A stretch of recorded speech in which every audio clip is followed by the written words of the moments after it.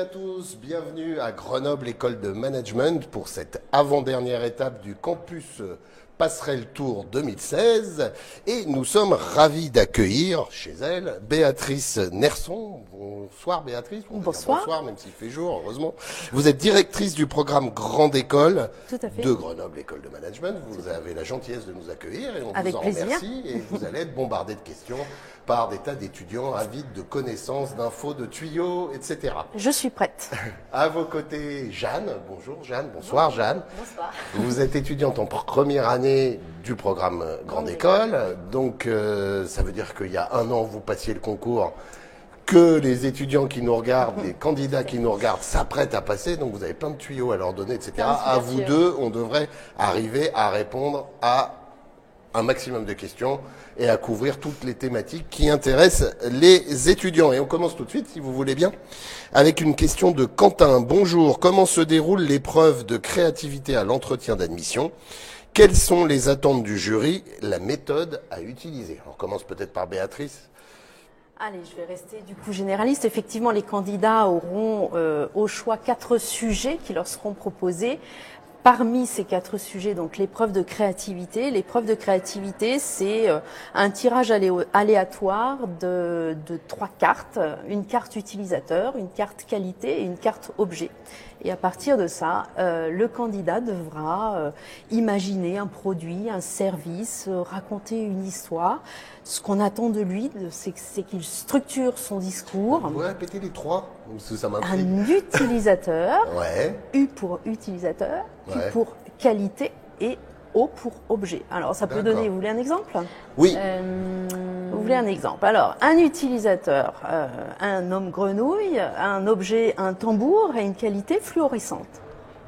D'accord. Voilà, ça n'existe pas. Et à partir de ça, on invente un produit, un service, une histoire, quelque chose qui va permettre au jury de mesurer la façon de s'exprimer, la structure du discours. C'est aussi une période d'échauffement et ça dure 5 minutes, donc c'est à la fois court et long. On vérifie que le candidat sait bien gérer son temps, puisse poser sa voix et surtout prendre position. D'accord. Vous avez fait ça, vous, Jeanne, Oui, alors? moi j'avais choisi créativité et donc si je me souviens bien, j'avais eu militaire, miniature et je me souviens plus du 3e, mais ça avait été un exercice assez intéressant. En fait, on avait un petit peu de temps pour le travailler dans une salle juste avant l'entretien.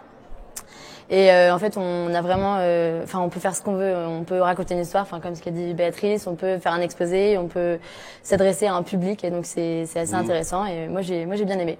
Oui, c'est ça, c'est un bon souvenir. Ouais, c'est ça. Je me suis lancée et ça a marché vu que je suis là. Donc, oui, voilà. forcément, c'est toujours, c'est biaisé cette histoire parce que comme l'étudiante est toujours là, c'est que ça s'est bien passé. Ouais. D'accord, très bien. Bon, on va passer à la question suivante. Une question d'Ila. Dites-nous comment bien se préparer aux oraux. On fait pareil. On va faire Béatrice d'abord. Ouais, on va compléter et je pense que Jeanne va pouvoir bien compléter. L'essentiel de cette période d'oral, c'est surtout d'être honnête, de vraiment se livrer, de faire part de toutes ses expériences, toutes ses qualités, de vraiment dire qui on est, de pas s'inventer un personnage ou des points forts, des points faibles. On n'est pas là pour déstabiliser le candidat, on est vraiment là pour faire connaissance et se dire, cette personne que j'ai en face de moi, j'ai envie de travailler, j'ai envie de réaliser des projets et de la croiser dans les couloirs pendant 3 ou 4 années extraordinaires à GEM. Alors Jeanne, comment tu t'étais préparée? Alors moi, comment je me suis préparée, j'ai beaucoup réfléchi sur moi.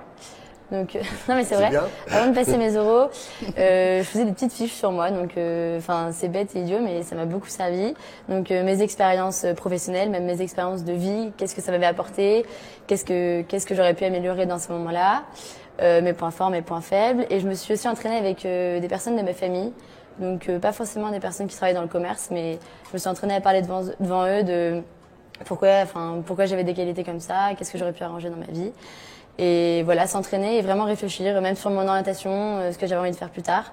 Et c'était un plaisir en fait de travailler mes oraux. C'est bizarre à dire, mais ça a vraiment été un plaisir. Oui, mais il y a un côté introspectif là, dans tout ça. Bah oui, mais du coup, je me suis un peu découvert. C'est un peu grâce en révisant mes oraux, j'ai pu savoir que je voulais du coup bosser dans le marketing plus tard, parce que en parlant avec du coup ma famille, en parlant avec des professionnels, je me suis dit en fait c'est ça que j'ai envie de faire, alors que je ne savais pas du tout ce que je voulais faire après mon IUT de base. C'est important ce qu'a dit Jeanne, et c'est vrai que c'est un conseil que je donne régulièrement. Vous n'êtes pas concerté, je suis pas du tout. C'est un conseil que j'aime bien donner aux candidats. Surtout, c'est de s'entraîner, de faire des simulations d'entretien avec ses proches, avec sa famille. La famille est souvent très très dure par rapport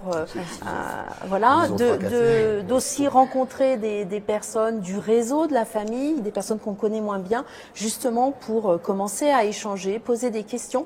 S'intéresser aussi aux personnes qui sont en face de soi, parce que ça prépare énormément à l'entretien, de pouvoir développer, d'approfondir une question, et ça c'est important. Très bien. Alors, une nouvelle question de Zoé. Combien de personnes composent le jury? Combien de temps dure l'entretien? Alors, je propose qu'on aille vite sur cette question-là, parce qu'elle est simple. L'entretien, il dure 30 minutes. Il y aura 30 minutes de préparation au préalable.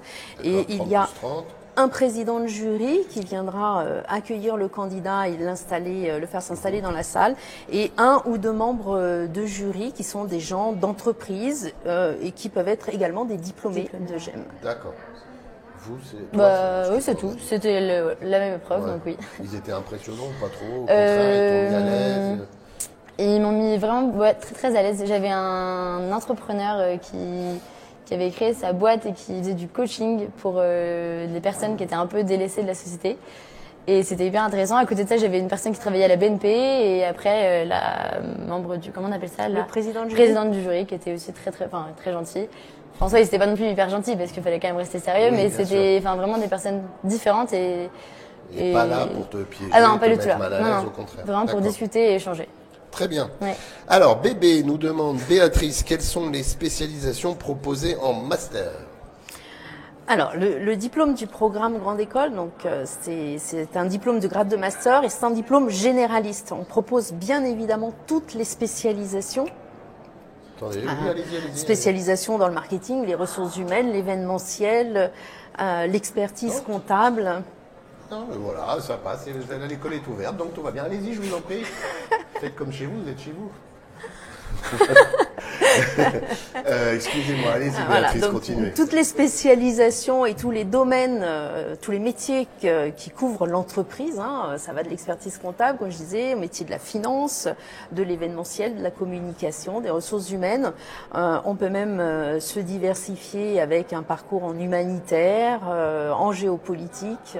Voilà, donc toutes les spécialisations et tous les métiers de l'entreprise sont représentés dans les cours de spécialisation. Donc toi, ça va être marketing. Oui, c'est ça. Moi, ça va être marketing. Voilà. On en reparlera, j'imagine, un peu plus tard. Question d'Alexandra. Bonjour, pouvez-vous nous livrer plus d'informations sur le cursus trilingue en anglais, français et espagnol? Comment intégrer ce cursus, les avantages, les inconvénients, etc., etc. Alors, ce cursus trilingue. Alors, ce cursus trilingue, donc il est enseigné en 3 langues, 50% en anglais, 25% en français, et les 25 autres pourcents, c'est espagnol ou allemand, selon la LV2 du candidat. On intègre avec un certain niveau en langue et on prend les notes du concours, de l'oral de langue du concours. Et c'est 13 ou 14 de moyenne qu'il faut avoir au concours pour pouvoir intégrer. Il suffit de se porter candidat, et en fonction de ses résultats au concours, on a un effectif à atteindre. Ils sont 40 maximum en première année. J'ai pas du tout fait trilingue, mais j'ai des amis qui sont en trilingue et tout se passe bien. Mais en soi, c'est assez intéressant, parce qu'ils ont aussi des étudiants. C'est en English track. Non, c'est plus en English track international. Ouais, c'est plus la même chose, mais en trilingue, ils suivent le même parcours que le parcours en français, le parcours management, sauf qu'il est enseigné en 3 langues. Cela dit, moi, c'est la première fois que je venais à l'école. Et d'emblée, c'est incroyable. Les étudiants internationaux. Ah oui, anglais, italien, espagnol, des langues indéterminées pour moi. Ça m'a aussi choqué la première fois. Donc c'est vraiment international, ça, je suis témoin. C'est vraiment international. Question d'Océane. Est-ce possible de combiner un parcours trilingue et un double diplôme avec une université partenaire à l'étranger? Bien sûr. Alors, c'est vrai que si on rentre dans la description des parcours et des combinaisons, ça va être compliqué et je vais vous perdre. Ceci dit, quand les candidats seront admissibles, ils viendront passer leurs oraux ici. Ils auront une présentation qui sera faite d'ailleurs par Jeanne, puisqu'elle fait partie de l'équipe d'accueil. Voilà. Et effectivement, il y a des combinaisons qui sont possibles. Moi, ce que je conseillerais aux candidats, c'est de pas s'enfermer tout de suite dans un parcours parce qu'il y a beaucoup de possibles et puis il y a des opportunités qui vont s'ouvrir au fur et à mesure du cursus. Rien n'est ouvert. Il y a des combinaisons possibles, impossibles, mais globalement, on peut vivre une expérience extraordinaire. Alors, question d'Adeline. Bonjour, pouvez-vous aussi parler de l'intégration en P2 ? À P2A. Oui. Moi, je sais pas ce que c'est. Passerelle 2. Passerelle 2. Ah d'accord, P2, passerelle 2. C'est quand la vache, on n'en est jamais qu'à ils ont déjà tout le lexique, ils ont déjà tout le lexique, c'est bon. Et s'il est possible pour nous de faire une année de césure à l'étranger et aussi d'intégrer les différentes associations sûrement formées par les premières années. Merci. Ah oui, alors les associations, Jeanne, je peux parler des assos, du coup carrément. Enfin, nous on a plein de P2, donc passerelle 2 qui sont dans mon asso et ils passent comme nous des entretiens au début de l'année pour intégrer les associations et c'est exactement pareil. Il y a un nombre de places réduit comme nous en première année, mais en soi le quota est similaire parce que nous on rentre, on est 600 par promo et je crois qu'il y a environ... Ils sont 200 à peu près entre les passerelles 2 et les passerelles 1. Et eux ils sont 200 mais il y a autant de personnes qui intègrent des assos. Donc oui, c'est possible. Très bien. Et la deuxième question, c'était quoi l'année de césure? L'année de césure à l'étranger. Alors l'année de césure, c'est une année en entreprise. Bien évidemment, elle est possible et dans le monde entier puisqu'il s'agit d'expériences professionnelles, donc dans le cadre d'une convention de stage, d'un contrat de travail et on fait ces expériences où on veut. D'accord. Question de Claude. Est-ce qu'il y a une sélection pour faire de l'alternance? Je suis un bon exemple. Alors, allez, il n'y a pas de sélection. On est obligé à un moment de figer nos effectifs en termes de multiples de 40 puisque c'est la taille des différentes classes. Donc une fois qu'on a nos postulants, on bloque un multiple de 40 et après on arrête les vases communicants, les changements en cours de route qui sont toujours demandés par les étudiants. Alors toi, Jeanne. Du coup, moi je fais alternance l'année prochaine. Ah, c'est bien. Et vous avez choisi une étudiante qui a tous les trucs. Je suis très représentative. Et c'est ce que je disais. En soi, c'est pas sélectif. Ils demandent pas d'avoir une note précise, mais c'est comme disait Béatrice. Là, je crois qu'on est 2 classes, donc c'était maximum 80 personnes. Et je pense que si on avait été 120, peut-être qu'on aurait réouvert une classe. Mais s'il y avait 90 candidats, on aurait ouvert une classe. Les passerelles 2 peuvent intégrer l'alternance. Alors, on leur recommande de l'intégrer uniquement au second semestre, mais s'ils ont déjà une entreprise, ils peuvent l'intégrer dès le premier semestre, dès leur arrivée. C'est pour ça qu'on combine nos effectifs pour que ça soit un multiple de 40 et qu'on puisse accueillir des passerelles 2. D'accord. S'ils le souhaitent. Alors, question de Jeff. J'aime, parce que donc le petit nom de l'école, c'est J'aime, est tourné vers les nouvelles technologies, mais reste-t-il encore un enseignement traditionnel avec des professeurs en face où tout se fait en e-learning et devant des ordinateurs? Non, il y a plein de robots à Gênes. On ne parle plus à des humains. On ne parle plus. Voilà. Bien évidemment, on a beaucoup d'enseignants. Il y a tout type de pédagogie, des supports en ligne, des MOOC, pourquoi pas, de l'enseignement à distance, mais bien évidemment encore des enseignants qui sont en salle de classe, qui vont travailler sur des cas, faire du cours plutôt traditionnel. Alors, tu peux nous en parler? Ils sont super, nos professeurs. Oui. Enfin, en soi, on n'a pas, on a tout ce que vient de dire Béatrice, mais on a aussi beaucoup de cours en TD, en classe, avec des professeurs. On peut échanger, et il y a aussi beaucoup de travaux de groupe. Donc, je sais pas si c'est que à GEM, mais on a énormément de travaux de groupe et c'est moi, je trouve ça très intéressant. Parce que de travailler avec des personnes, là, je me dirige un peu hors de la question. Mais reste avec nous. Mais c'est hyper intéressant parce que du coup, c'est un peu la réalité de l'entreprise, c'est travailler avec des personnes avec qui on se voit pas forcément travailler, donc des profils atypiques parce que à GEM, il y a des littéraires, il y a des créatifs, il y a des finances, il y a de tout. Et c'est super intéressant de faire des travaux de groupe avec des profils. Tu peux parler des expériences de cours que tu as eues qui sont peut-être un peu particulières, l'expérience Caterpillar par exemple. Ah, très belle expérience Caterpillar. On a fait, donc tous les premières années, on est allé dans l'entreprise Caterpillar sur la chaîne de production pendant une journée. Et du coup, on a fait ce que font les ouvriers de Caterpillar, donc enfin une simulation. On a vissé, dévissé, des vis, avec un vrai manager qui était parfois un peu brut, mais c'était les conditions réelles et ça c'était hyper intéressant. Donc c'est un peu une forme de cours aussi atypique. Voilà, c'était découvrir les différentes formes de management et se rendre compte de ce qui se passe sur une chaîne de production, par exemple. Donc ça c'était un exemple. Et puis après il y a la gestion de projet. La gestion de projet. Ça va être un petit peu long peut-être, mais du coup là j'essaie de faire hyper court. La gestion de projet, c'est donc on a 60 projets en première année. On choisit par groupe de 10 un projet et on va le faire tout au long de l'année. Donc c'est vraiment nous qui le créons de A à Z. Par exemple, moi mon projet c'était de créer un concours culinaire inter-étudiants. Donc on a tout fait, on a démarché, on a fait de la communication, du marketing, voilà. Donc et on est suivi par des professeurs, gérer un budget.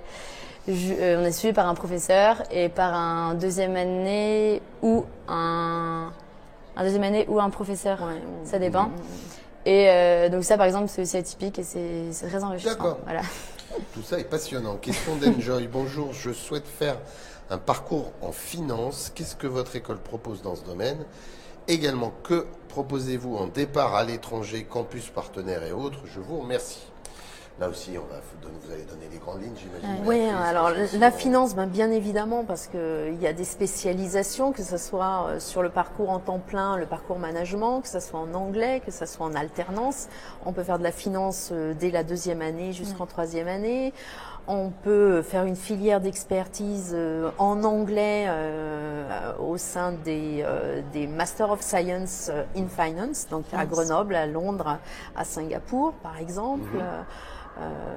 Voilà, donc oui, s'il y a de la finance, bien évidemment qu'on peut... Et les campus partenaires, là, vous en avez cité quelques-uns, vous pouvez en citer... Voilà, donc ça sont des partenaires qui diffusent nos programmes, sur lesquels on peut s'appuyer. Et puis, bien évidemment, après, il y a les doubles diplômes dans le monde entier ou des échanges académiques qui peuvent se faire.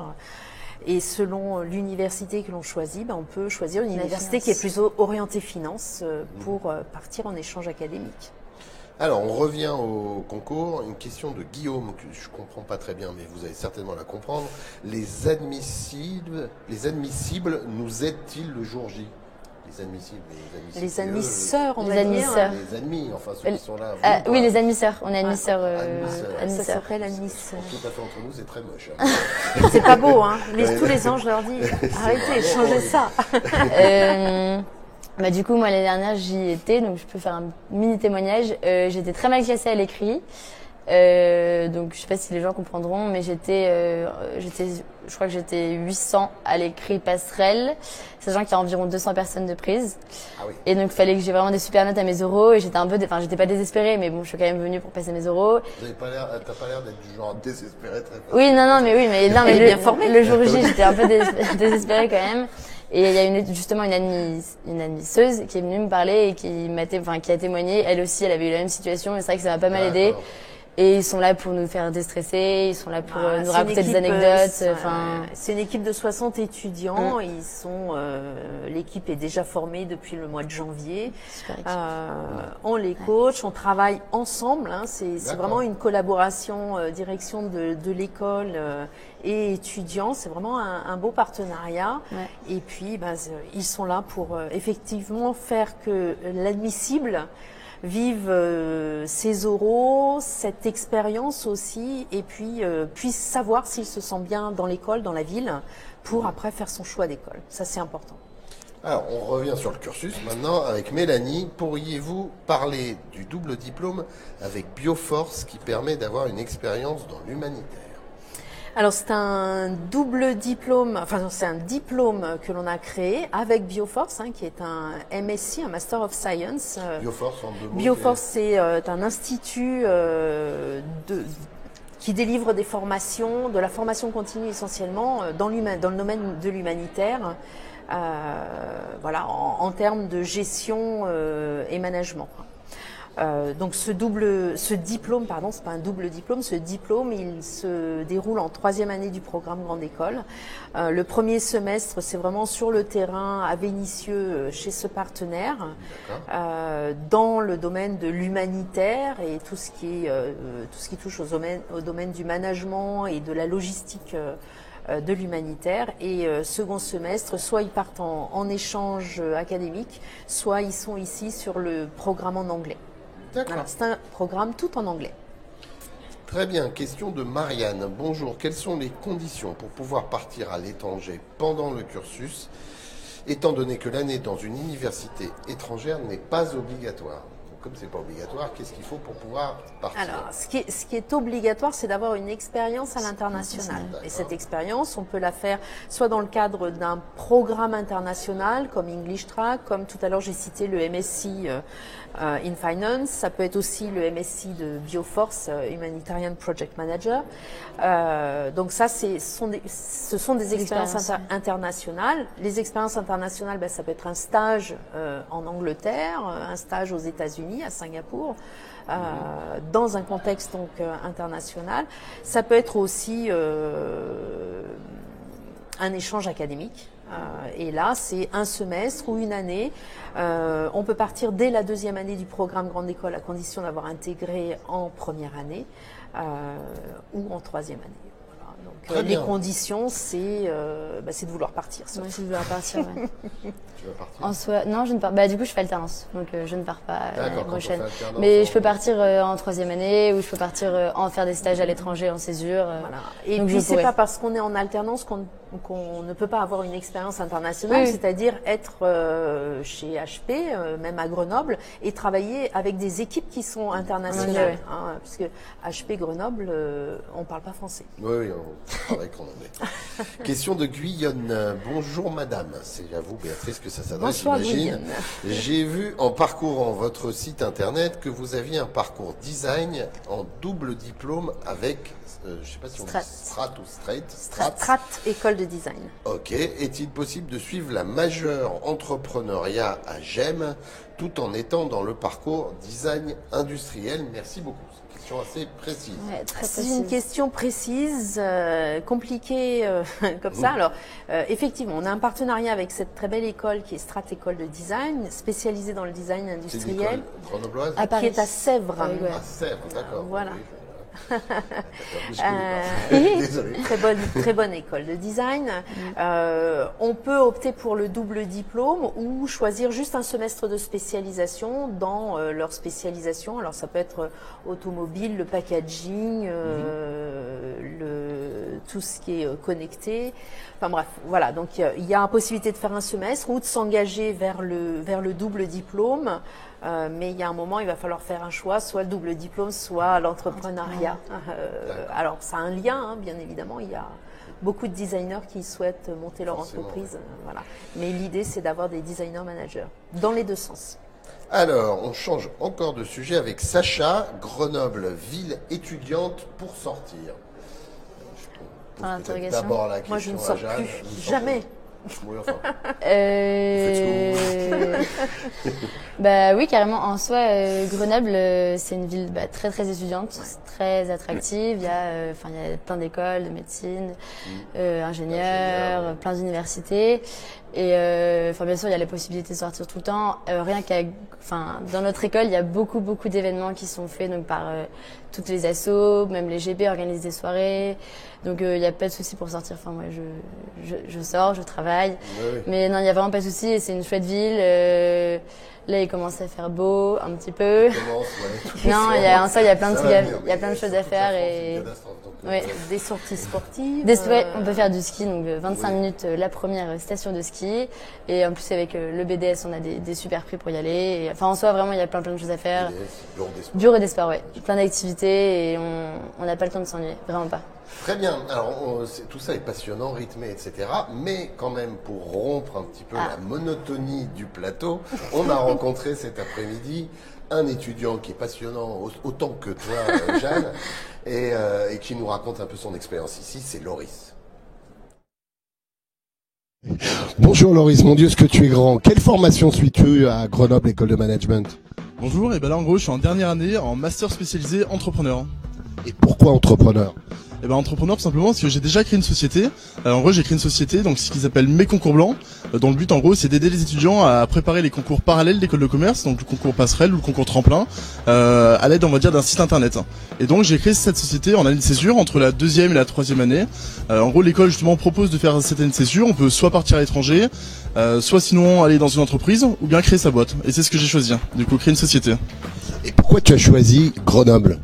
Et ben en gros Grenoble, pourquoi? Parce que c'est tout simplement l'école de l'innovation et aussi un peu l'école de l'entrepreneuriat. Il y a un bel incubateur, il y a plein de parcours justement qui sont faits pour l'entrepreneuriat, dont le master entrepreneur que je fais. Et donc c'est naturellement que j'ai voulu aller dans cette école. Est-ce que tu as fait partie d'une association pendant ton cursus? Oui, alors en gros il y a beaucoup d'associations à Grenoble École de Management et en gros moi j'étais président de la junior entreprise. Et c'est ça qui t'a donné la bosse de l'entreprise? Eh ben un petit peu, parce qu'on va dire, c'est vrai que en tant que président, j'ai managé 60 personnes, 150 000 euros de chiffre d'affaires, et donc c'est vrai que c'est cette première expérience, on va dire, qui m'a donné l'envie d'aller plus loin et de créer ma société en tant qu'étudiant. Et est-ce qu'il y a un lieu sur ce campus que tu apprécies particulièrement? Oui, il s'agit tout simplement du couloir des assos. Eh ben, je vous propose qu'on y aille. Allez, on y va.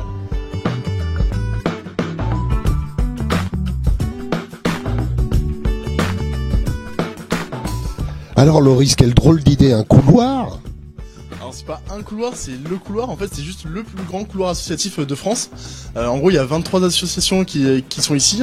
Et en gros, moi, j'ai passé quasiment mes 2 premières années H24 ici, au sein de la junior entreprise en fait, dans le couloir ici, juste ici. Il a vraiment la pêche, Loris venait, c'était super sympa de le rencontrer cet après-midi. Alors on continue nos questions avec une question de Vendéenne. C'est facile de se loger à Grenoble, même avec un petit budget, moins de 400 euros par mois. Oui. Oui. Ah oui, carrément. Enfin, 400 c'est... Enfin, on n'a pas l'âge pour 400 euros. 400 largement. Enfin, moi je sais que je paye un loyer qui est de 410 et je suis très très bien logée. Il y a beaucoup de colocations qui sont faites à GEM. Au tout début de l'année, on crée un groupe sur Facebook pour justement les gens qui veulent former des colocations. Et moi, j'ai des amis qui payent 250 euros par mois avec les APL. Donc, vraiment, Grenoble, pour ça, c'est une ville qui est pratique et qui est pas chère. Puis on a un service à disposition de tous les admissibles qui est une plateforme de mise à disposition des logements spécifiques pour les étudiants de Grenoble École de Management. Le logement n'est pas un problème. Non, pas du tout. Le logement n'est pas un problème, c'est une ville étudiante, donc il y a un turnover forcément automatique des logements et des colocs qui sont récurrentes. Question d'Hortense. Jeanne, tu peux nous parler de la vie associative, de l'ambiance de l'école? Question très large, mais réponse synthétique. D'accord. Du coup, alors la vie associative à Grenoble, c'est vrai que c'est une très très très très grosse partie de notre école. Il y a 23 associations, donc des sportives, des littéraires, des plus tournées vers l'art. Ça prend beaucoup de temps. C'est hyper intéressant parce qu'on s'implique vraiment à l'école, dans les cours et dans l'association. On rencontre des personnes. Et on crée des événements. Enfin moi par exemple je fais partie de l'association ICO, ici commence l'océan. Du coup c'est à Grenoble, oui. Donc pour donner un exemple, moi je m'occupe de la partie event. Donc on organise des sorties pour au début de l'année, donc pour un peu accueillir les premières années. Et enfin il y a plein d'autres événements qui sont hyper intéressants. GEM Altiglisse Challenge par exemple. C'est le GEM Altiglisse Challenge. C'est un challenge compétition internationale de ski étudiante. D'accord. Et ça c'est organisé par une association Altiglisse et c'est vraiment quelque chose. 1000 participants. C'est énorme et. Non, vraiment, la vie asso, je pourrais en parler pendant 2 heures, c'est pour ça que là, c'est un peu difficile. La vie associative, c'est plus de 700 événements sur l'année. Voilà. Et donc, l'ambiance de l'école. Que ça soit d'un petit déjeuner qui sera distribué sur la mezzanine, vous avez dû voir en passant, à l'événement assez impressionnant qui est le GEM Altiglisse Challenge. Mais ça bosse en tout cas, parce qu'il y a. Et ça bosse aussi partout. Mais là, c'est bientôt les partiels, là. Il y a bientôt des examens. Il y a bientôt les partiels. C'est impressionnant, ils sont super concentrés. Et puis c'est sympa toutes ces tables qu'il y a partout pour travailler. Enfin bon, voilà. C'est vrai. Merci. Question de Chloé. Les professeurs connaissent-ils le monde de l'entreprise? Alors Béatrice d'abord. priori. Oui, l'entreprise est présente au quotidien dans l'école, forcément. L'entreprise fait partie de nos comités stratégiques, des comités qui vont nous permettre aussi de repenser certains cours, de les faire évoluer. Donc oui, l'entreprise est présente. Il y a même des intervenants en cours qui sont directement issus de l'entreprise, qui viennent pour témoigner ou pour enseigner aussi. Très bien. Quentin, bonjour. Quelles sont les entreprises partenaires? Là, on fait pareil qu'avec les universités ou les écoles de management partenaires. Combien de temps Oui, voilà, on va pas toutes les citer, c'est donner un peu une idée. Elles sont toutes présentes, qu'elles soient de Grenoble ou du territoire national. Ça va de Google, LinkedIn, HP, Caterpillar, qu'on a cité tout à l'heure, Michelin, les banques. Voilà, donc oui, on pourrait en citer pas mal. Donc on a effectivement un service qui est dédié aux entreprises qui nous permettent de faire de la formation continue, de former ces entreprises. C'est réciproque dans les deux sens. Je peux ajouter un tout petit truc. Mais bien sûr, Jeanne. Ce qui est super du coup à Grenoble, c'est qu'on a énormément de conférences qui sont, je pense qu'il y en a tous les jours. Enfin vraiment c'est hallucinant. Enfin là par exemple demain il y a PepsiCo qui fait un chat et auquel on peut participer. La semaine dernière il y avait une Unilever qui était à GEM, Mars. Enfin moi personnellement c'est ce qui m'intéresse, l'agroalimentaire. Du coup je présélectionne les entreprises, mais il y a vraiment tout le temps des entreprises qui viennent, des intervenants. C'est sûr que c'est un et le Career Center est vraiment très productif en termes d'événements, que ça soit des simulations d'entretien, que ça soit des conférences, c'est quelque chose qui m'a vraiment marqué quand on est hyper encadré. C'est très important dès la première année d'être comme ça, de rencontrer des gens, des professionnels et des gens qui viennent vous voir. Oui, c'est évidemment intéressant. Question de Dylan, quelle spécialisation vous distingue-t-elle des autres ESC? Béatrice. Qu'est-ce que tu dis alors? Jeanne d'abord. Jeanne. Vous déléguez. Pour voir si elle a bien apprécié le son. Non, c'est une blague. Le mot-clé de Jean-François Fiorina. Le mot-clé de Jean-François Fiorina. Oui. La géopolitique. La géopolitique, c'est quelque chose qui nous distingue. Ah oui, d'accord. La géopolitique, l'entrepreneuriat, l'innovation, les serious games. Ah oui, d'accord. Voilà. Géopolitique, innovation, entrepreneuriat international. International. On a le festival. International, toutes les écoles sont quand même très internationales. Là, c'est ce qui vous distingue des autres, donc ok. Très bien, on a répondu. Question de Léo 17. Quelle est la force de votre école? Ces 3 plus grosses qualités. Et il est c'est un peu des entretiens à l'ancienne, ça. Mais alors, allons-y. Les 3 plus grosses qualités de l'école. La directrice du programme Grande École. Non, c'est pas Jeanne. Ça fait 2. Et Jeanne. Je dirais, oh là là. Non, c'était 3. Les 3 plus grosses qualités. Vraiment les assos, je pense que je les mettrais dans les 3. Les associations. Déjà, parce que vraiment c'est hyper important à GEM. L'innovation. Ouais, c'est vrai que la géopolitique. Du coup, ça fait on pourrait faire une liste. Question de Sacha, est-ce que c'est envisageable d'avoir un job à mi-temps à côté de ses études? Sans parler d'alternance, là, j'imagine. À mi-temps, c'est compliqué. J'ai des amis qui le font, mais c'est... En fait, ce qui est compliqué, c'est qu'on a nos horaires, nos horaires de cours, non pas semaine par semaine, mais on n'a pas des emplois du temps fixes comme au collège ou au lycée. C'est en moyenne une vingtaine d'heures de cours par semaine qui peuvent changer parce que le rythme pédagogique diffère, parce qu'il y a des jours fériés dans les semaines et que contrairement à ce qui se passe au lycée, si on a 27 heures de cours, c'est pas parce qu'il y a un jour férié qu'on en aura plus que 23. Il faut faire les 27 heures de cours. Donc c'est des emplois du temps qui sont variables, tout simplement parce qu'on a des rythmes pédagogiques selon les modules qui sont différents, parce que les intervenants n'ont pas forcément des disponibilités récurrentes, parce qu'aussi les enseignants interviennent dans différents programmes. Donc tout ça fait que les emplois du temps sont à l'image d'un agenda quand on travaille. C'est-à-dire qu'il n'y a pas de choses fixes. D'accord. Donc c'est pas si simple que ça. On peut travailler, enfin en soi, même à GEM, donc il y a 2 associations qui proposent des missions, des jobs. Enfin moi par exemple, j'ai travaillé pour le festival de géopolitique. J'ai accueilli les personnes qui venaient au festival et je me suis fait de l'argent grâce à ça. Il y a des missions, enfin hebdomadaires, régulières. Donc si on a des problèmes financiers, on a envie d'avoir un petit complément, bah, c'est possible. Et mais un vrai job à mi-temps, comme on l'entend, c'est plus compliqué. Il faut quand même penser à ses études. Oui, oui. Question de Maïmouna. Y a-t-il de l'aide pour les étudiants boursiers? De l'aide pour... Donc les étudiants sont déjà boursiers. Est-ce qu'il y a des aides supplémentaires? Des aides financières. Donc on va supposer que c'est ça.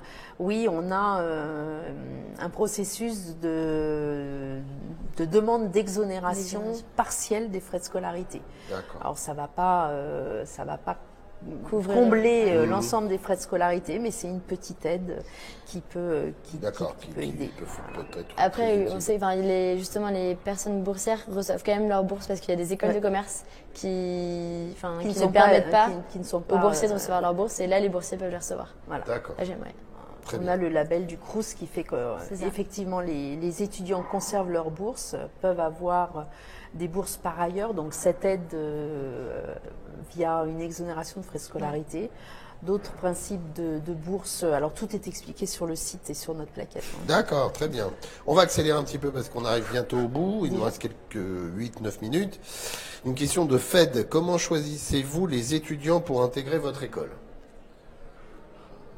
Jeanne, je sais pas trop. Enfin, si, je sais pas. Alors, comment on les choisit?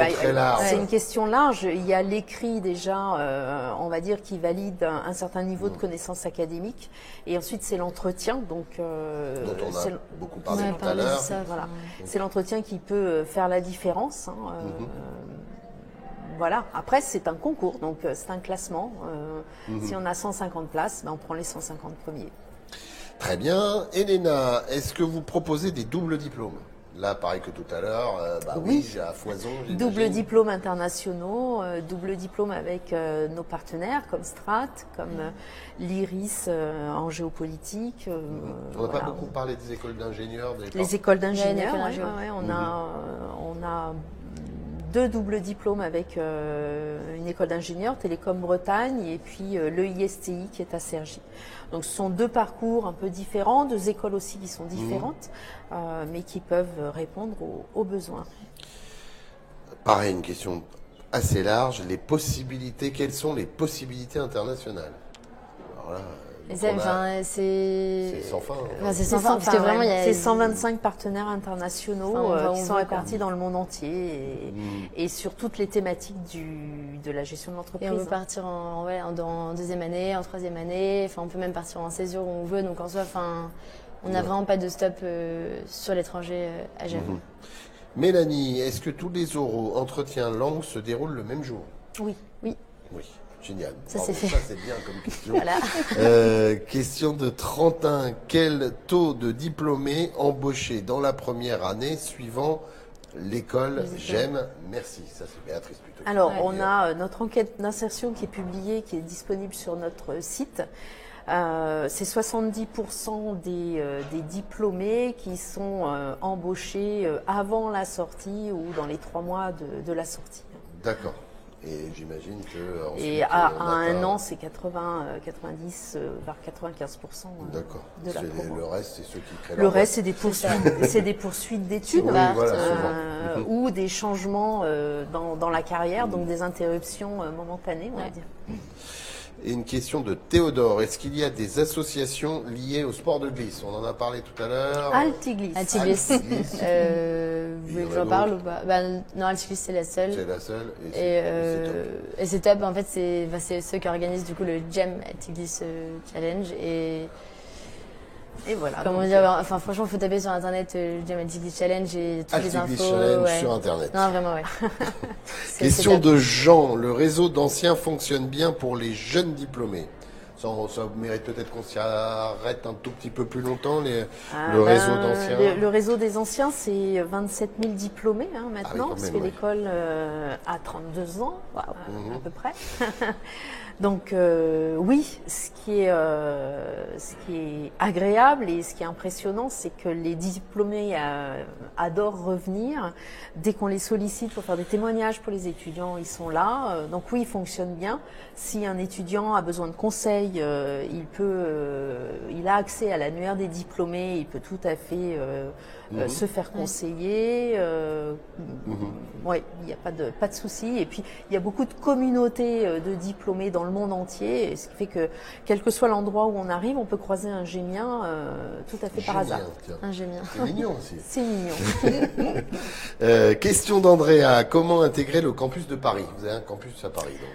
On a un campus à Paris. Alors il y a le programme Grande École n'est pas encore accessible à Paris, c'est-à-dire que il se fait à Grenoble. Par contre, on a certains programmes qui s'y déroulent, le MIB, le Master in International Business. Donc, c'est un programme généraliste qui peut se suivre en deuxième année. Ça peut se faire à Paris, à Grenoble, à Londres, Singapour. Voilà, notre master en fashion design et luxury management aussi peut se faire à Paris. D'accord. Jérémy 77, que va changer l'alliance GEM EM Lyon? Sur le programme Grande École. En deux mots, c'est quoi cette alliance Alors c'est une alliance entre deux belles écoles de la région. Oui, on peut le dire. Voilà, et l'idée c'est de voir quelles vont être les synergies. Le projet vient tout juste d'être lancé, voilà. Il a été annoncé il y a quelques jours. On saura plus sur le plan de cette alliance et de ses développements en septembre. D'accord. Mais l'idée, c'est de travailler au niveau de la recherche, les enseignants, qu'est-ce qu'ils peuvent faire ensemble, la formation continue aussi. Au niveau du programme Grande École, ça n'a pas changé. Ça changera pas grand-chose. Question d'Annie, je reviens sur les conditions d'échange scolaire. N'y a-t-il pas des prérequis en langue et en moyenne générale demandés par GEM? Oui, pour aller, j'imagine, quand elle parle d'échanges scolaires, donc j'imagine... les échanges... Oui, avec des universités ou des écoles en soi, donc par exemple, si je voulais partir en deuxième année, en fait, ça dépendait des notes de mon concours. Donc des notes de mon concours. Et sinon, après, ça dépend des notes de l'année précédente. Ouais, c'est l'année précédente. En soi. On fait un classement pour les départs de façon à remplir les places qu'on a chez nos partenaires. Le classement ne veut rien dire. Tous les étudiants qui souhaitent partir en échange peuvent partir. Après, c'est juste qu'il y a des destinations qui sont un peu plus prisées que d'autres. Mais... Voilà. Alors, des questions précises pour terminer, parce qu'on est vraiment au bout, puisqu'en plus, j'ai une petite exercice de style à faire. Question de Rimo. Je ne comprends pas comment vous sélectionnez les étudiants pour les associations. C'est vrai que c'était pas très clair tout à l'heure, on n'a pas compris comment ça marche l'histoire des associations.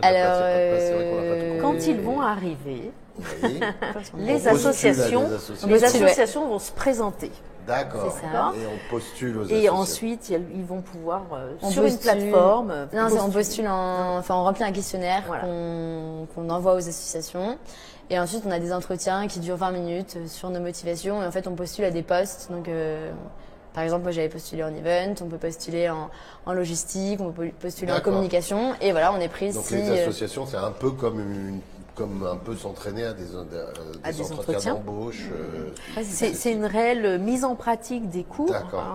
C'est vraiment les vases communicants entre ce qu'on apprend en cours et ce qu'on va mettre en application en association. Et puis aussi alimenter le cours par ce qui est vécu en association.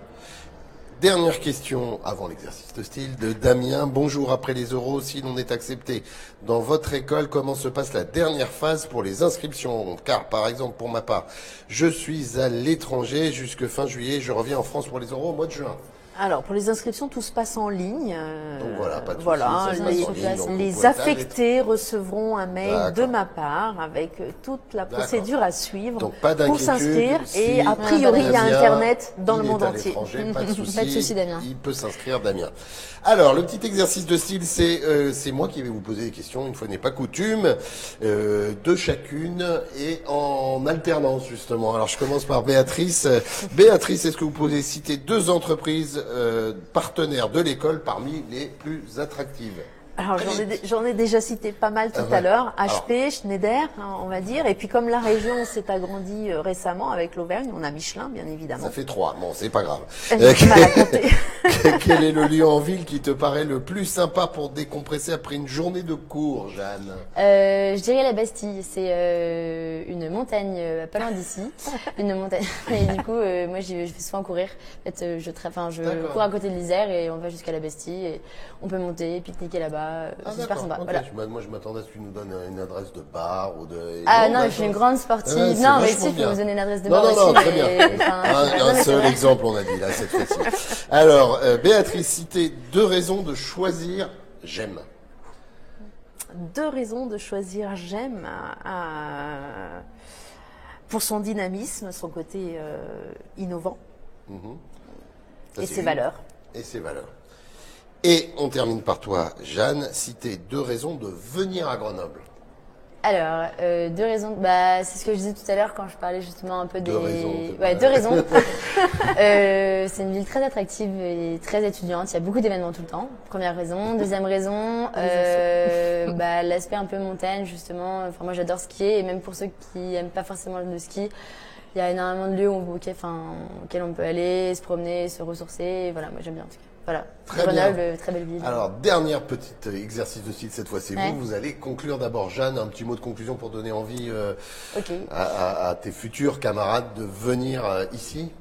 Révisez bien vos oraux vu que là les écrits sont passés. Vraiment, ne lâchez rien et croyez en vous parce que c'est ce qu'il faut pour intégrer GEM. Voilà. Et Béatrice, le mot de la fin pour vous, évidemment. Ravie de démarrer cette saison 2017 du concours d'entrée à Grenoble École de Management. Et surtout, soyez vous-même, donnez-vous à fond et tout se passera bien. On est là vraiment pour vous accueillir et on prendra plaisir à vous recevoir. Merci à toutes les 2, c'était parfait, dynamique, concret, synthétique, bravo, merci beaucoup. Et la dernière étape de ce Passerelle Campus Tour 2016, c'est demain à Pau, donc d'ici là, passez une excellente soirée.